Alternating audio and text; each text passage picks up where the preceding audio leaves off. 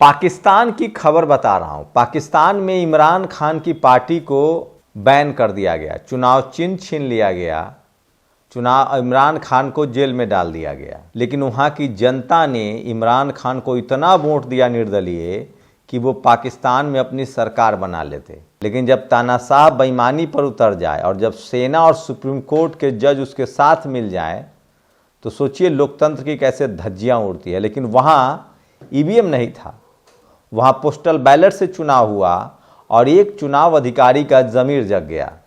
दरअसल पाकिस्तान में मुसलमानों की संख्या ज़्यादा है, सबसे ज़्यादा मुसलमान हैं, जातियाँ तो वहाँ भी बनी हुई है, लेकिन इमरान खान का समर्थन है। एक बार मैं एक बीबीसी के रिपोर्टर हैं पाकिस्तान के, उनको पढ़ रहा था। उन्होंने एक पाकिस्तानी चावल के व्यापारी से पूछा कि पाकिस्तान बनने से तुमको क्या फ़ायदा हुआ। उसने कहा कि मैं अगर भारत एक साथ भारत में होता तो भारत में वर्ण की व्यवस्था थी, वहाँ मैं व्यापारी नहीं बन पाता क्योंकि मैं मुस्लिम था और व्यापार करने का हक मुझे नहीं था, मैं वहाँ मामूली मजदूर बन के रह जाता। तो भारत में जाति कुव्यवस्था है, वर्ण कुव्यवस्था है, पाकिस्तान में तो है नहीं, सारे मुसलमान हैं। अब वहाँ जाति वाला एंगल तो सेट हो नहीं रहा है, धर्म वाला एंगल सेट हो नहीं रहा है। उसी में से किसी का ज़मीर जग गया, एक आरओ का। जैसे चंडीगढ़ में एक रिटर्निंग ऑफिसर जो बीजेपी का कार्यकर्ता था उसको रिटर्निंग ऑफिसर बना दिया गया, लेकिन पाकिस्तान वाला जो था वो सरकारी अधिकारी था, उसका नाम है लियाकत अली चड्डा, वो रावलपिंडी का था। उसने कैमरे पर आकर कहा कि मैंने 70 हजार वोट से आगे चल रहे निर्दलीय उम्मीदवारों को हरा दिया। किसके कहने पर?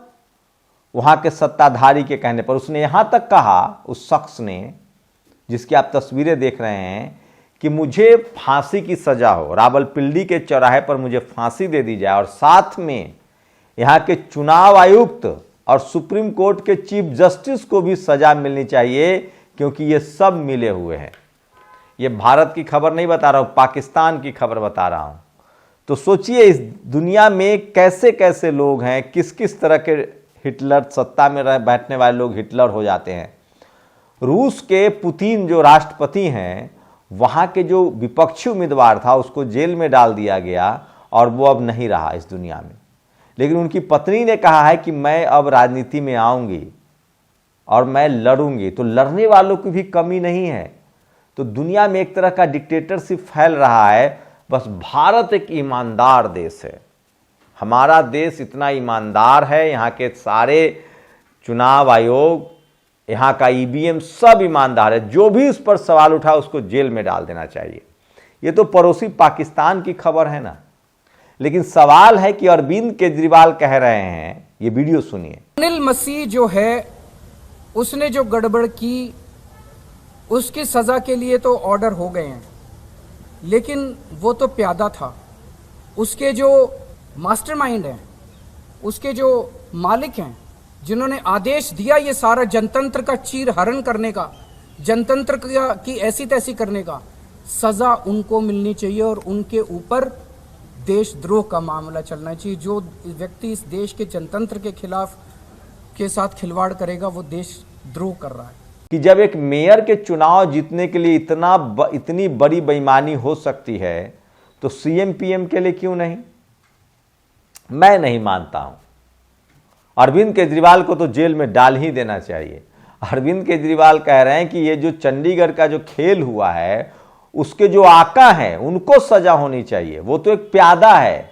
तो सोचिए एक पाकिस्तान का वो अधिकारी जो कैमरे पर आया और जिसको अब जेल में डाल दिया गया, उसने खुद जेल जाना तय किया। उसने कहा कि मुझे नींद नहीं आ रही थी रातों में, मैं बेचैन हो रहा था क्योंकि मैंने बेईमानी की थी, मेरी आंखों की नींद उड़ गई थी और मैं बेईमानी से मैं एकदम परेशान था और मैंने आके तय किया कि मैं जनता को बताऊंगा और मैं जेल जाऊंगा, और उसकी गिरफ्तारी हो गई, वो जेल चला गया।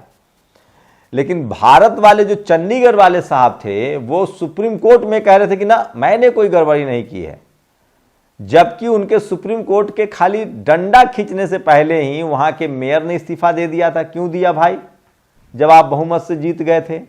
और वो शख्स जो आरओ था, रिटर्निंग ऑफिसर था, उसको पार्टी ने निकाल दिया।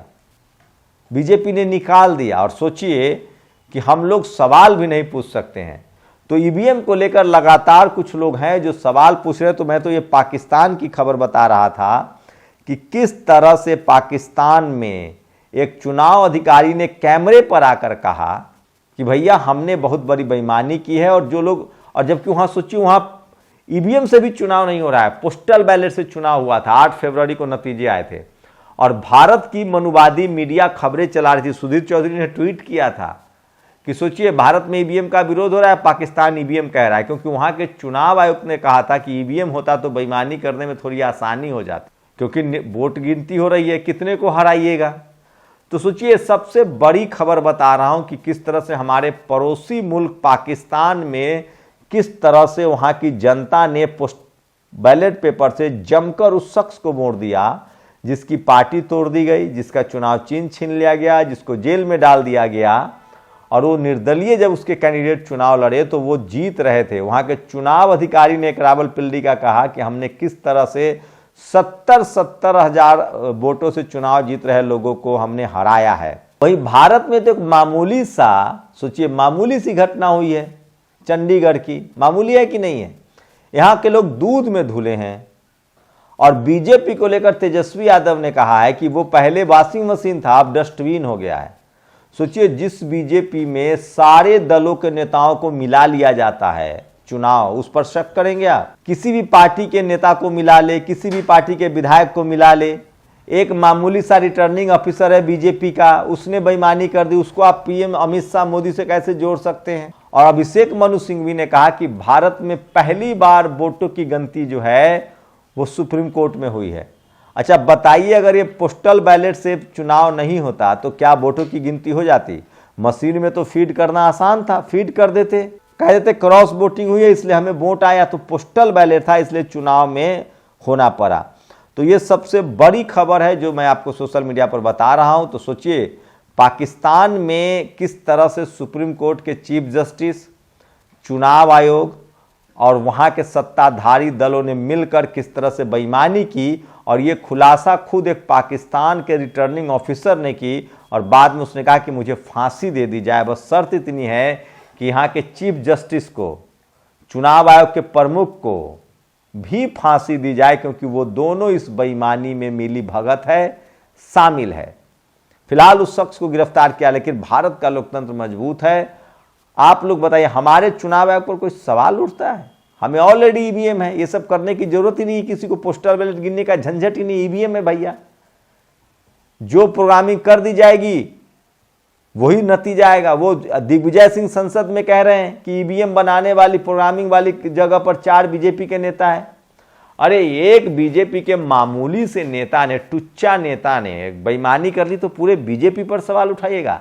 लेकिन अरविंद केजरीवाल उठा रहे, अरविंद केजरीवाल तो इसको धर्म से जोड़ रहे हैं। वीडियो सुनिए। भगवान अपने तरीके से इस तरह से करते हैं। इनकी किस्मत खराब थी कि चंडीगढ़ के चुनाव के वक्त सीसीटीवी कैमरे लगे हुए थे और सीसीटीवी कैमरों के अंदर इनका सारा का सारा रंगे हाथों ये लोग पकड़े गए, सारा इनका कुकर्म पकड़ा गया। सुना आपने? अरविंद केजरीवाल कह रहे हैं कि ये भगवान प्रकट हो रहे हैं। भगवान ने पूरे देश को दिखाया है कि ये एक मामूली सा चुनाव जीतने के लिए जब बीजेपी इस तरह से गिर सकती है तो आगे क्या करेगी, और इसके आका कौन है उसका पर्दाफाश होना चाहिए। यहां तक अरविंद केजरीवाल ने कहा कि ये भगवान ने दिखाया है कि जब वो चंडीगढ़ का चुनाव जीत सकते हैं तो वो पूरे देश का भी चुनाव जीत सकते हैं। तो ये सबसे बड़ी खबर थी। सोचिए पाकिस्तान में किस तरह से एक बड़ी बेईमानी की खबर सामने आई है। भारत में एक छोटी सी बेईमानी पकड़ी गई है, वो भी जब सुप्रीम कोर्ट का डंडा चला तब। भारत के लोग अब ईवीएम के बदले बैलेट पेपर से वोटिंग की मांग कर रहे हैं। क्या आप सहमत हैं, असहमत हैं? अपनी प्रतिक्रिया जरूर दीजिए। शुक्रिया। नेशनल दस्तक की आपसे गुजारिश है कि अगर इसको बचाना चाहते हैं तो नेशनल दस्तक को सब्सक्राइब करने के लिए रेड कलर के सब्सक्राइब बटन को दबाएं, फिर बेल आइकन की घंटी दबाएं। नेशनल दस्तक को बचाने के लिए बहुत जरूरी है कि हर खबर को शेयर करें, लाइक करें, कमेंट जरूर करें।